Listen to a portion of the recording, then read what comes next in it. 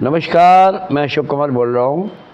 मैं social media पे अक्सर मैं न्यूज़ें देखता रहता हूँ और न्यूज़ के अंदर कभी-कभी ऐसी चीज़ें आ जाती है जो इंसान का दिल हिल जाता है और मैं बड़े बारीकी से नोट डाउन करता हूँ। ये जो हो रहा है, ये ऐसे कैसे हादसे हो रहे हैं बार-बार, जिस तरीके से बेचारे बेगुनाह लोग भी मारे जा रहे हैं, नन्हे-नन्हे से बच्चे मारे हैं। अब ये झांसी के अंदर जो केस हुआ है, ये जो हादसा हुआ है, इस चीज़ का हमें बहुत दुःख है। बहुत क्या बताऊँ, मैं बता नहीं सकता हूँ कि देश की हज़ारों करोड़ों लोग को दिल पर चोट लगी है कि जो झांसी के अंदर बच्चे ज़िंदा जल गए और पूरा देश अफ़सोस कर रहा था और हमारे देश के प्रधानमंत्री को ज़रा सा भी दुख नहीं हुआ, ना एक ट्रीटमेंट करा। वो तो भाई साहब ट्रीट करा और वो विदेश घूम रहे हैं अपना डंका बजवाने के लिए कि भैया विदेश में मोदी जी का डंका बज रहा है। मुझे तो समझ में नहीं आता कि मोदी जी को एक बार तो सोचना चाहिए। वो हिंदुस्तान जितने भी उनके माँ बाप है, मोदी जी को वोट तो दिया ही होगा ये लोगों ने। मोदी मोदी मोदी चिल्लाते रहते थे, उन्होंने वोट तो दिया था उनके माँ बाप ने, लेकिन क्या क्या उनके बच्चों तक को भी रक्षा नहीं कर पाते और उनके बच्चे बेचारे ज़िंदा जल गए और उनके माँ बाप पर क्या बीत रहे हम जानते हैं। जैसे अब माँ बाप कोई मालूम होते हैं जिसकी औलाद छिन जाती है, दुनिया से चली जाती है। दुनिया में अभी आँख भी नहीं खोली थी कि दुनिया से चले गए, बेचारे ज़िंदा जल गए।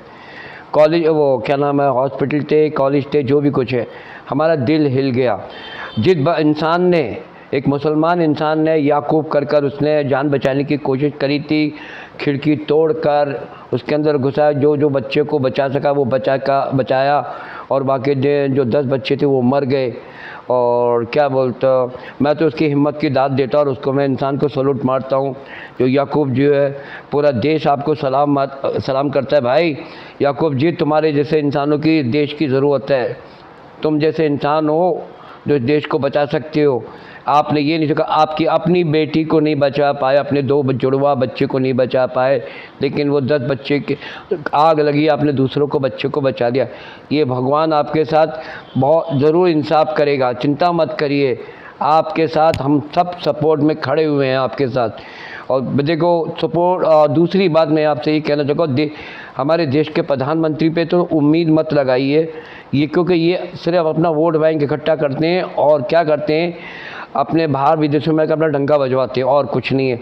अगर इनके अंदर थोड़ी सी भी शर्म होती है तो ट्वीट करते। ट्वीट भी नहीं करा ये लोगों ने कि बच्चों आदमी मर गए, कैसे मर गए, क्या हुआ। वो जो गैस सिलेंडर था एक्सपायरी डेट का था, वो फटा था, कैसे आग लगी क्या नहीं। उल्टा जिसने जान बचाई थी उसको ऊपर ही इंजाम लगा दिया। कितनी हैरान की बात है कि उस इंसान के ऊपर इंजाम लगा दिया कि ये सरकार के लिए, ऐसे करने के लिए कुछ काम कर रहा है ताकि सरकार के, मतलब मैं क्या बोलूँ, सरकार के खिलाफ बोला। ऐसी कुछ बातें हुई नहीं, मैं ये सारी बातें सुन रहा था और एक से एक अनभक्त लोग ऐसे ट्वीट दे रहे थे। तो मैं उनसे ये कहूँगा, जितने भी अनभक्त हो कान खोलकर सुन लो, एक दिन तुम्हारे साथ भी ऐसा होगा ना तो तुम लोग को कोई बचाने वाला नहीं आएगा। और रहा मोदी जी को तो उसको कोई औलाद ही नहीं है, शादी करके अपने बीबी को छोड़ रखा है, उसे क्या लेना देना।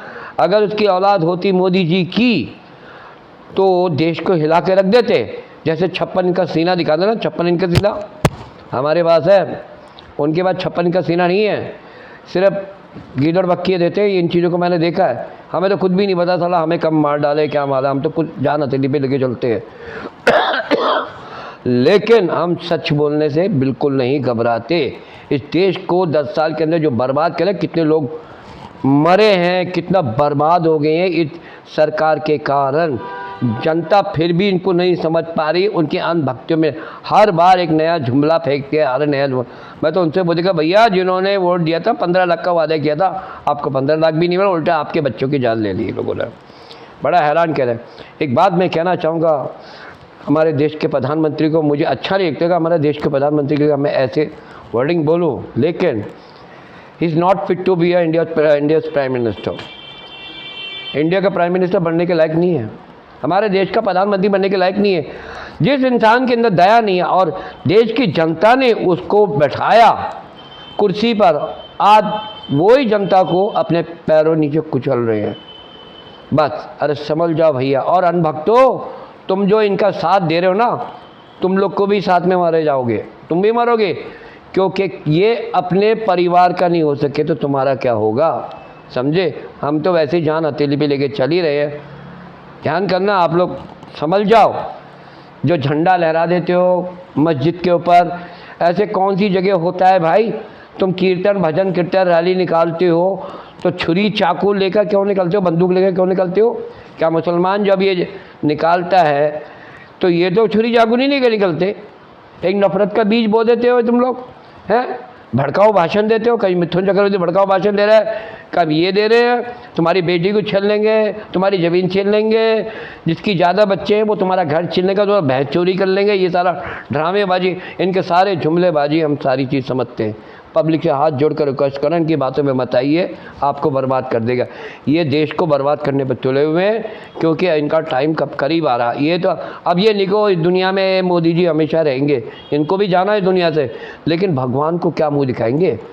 भगवान एक एक चीज़ इनके खाते से लिख रहा है कि देश के अंदर तुम्हारे कारण कितने लोग मरे हैं, कितने लोग तकलीफ उठाए हैं, कितने बेचारे लोग बेवजह मरे हैं। किसान मरा, ये मरा, वो मरा, कोई एक्सीडेंट से मरा, गलत आदमियों का इन लोगों ने साथ दिया, गलत लोग का। इनके पार्टी में रेपिस्ट भरे हुए हैं, करप्टेड लोग भरे हुए हैं। तो मैं आप लोगों से कहता हूँ, जनता से, प्लीज़ आप इनकी बातों में बताइए और अपनी औलाद को समझाइए, नेताओं के पीछे ना भागना। और बीजेपी तो भागना ही नहीं है, बीजेपी के पीछे नहीं भागना। बीजेपी आपके बच्चों को हथियार की तरह इस्तेमाल कर रहे हैं और आपके बच्चों को मरवा भी देते हैं, कोई भरोसा नहीं है। समझ जाओ, मैं आप लोगों से हाथ जोड़कर रिक्वेस्ट कर रहा हूँ, समझ जाओ, ऐसी गलती मत करो और अपने बच्चों पे कंट्रोल रखो। ये जो बुरी आदतें डलवा रहे हैं ना, ये लोग ही डलवा रहे हैं। जितना मेरा काम था आपको बताना, आप बता दिया, अगर आप समझदार हो सुन लेना कि मैं अपने बच्चों को ऐसे नेताओं के पीछे भगाऊं कि चंद रुपयों के लिए, और साथ में बाद में आपके बच्चे का पता ही नहीं चलेगा बच्चे को हुआ क्या है। बस मेरा काम था समझाना, समझना या ना समझना वो आपके काम है। धन्यवाद।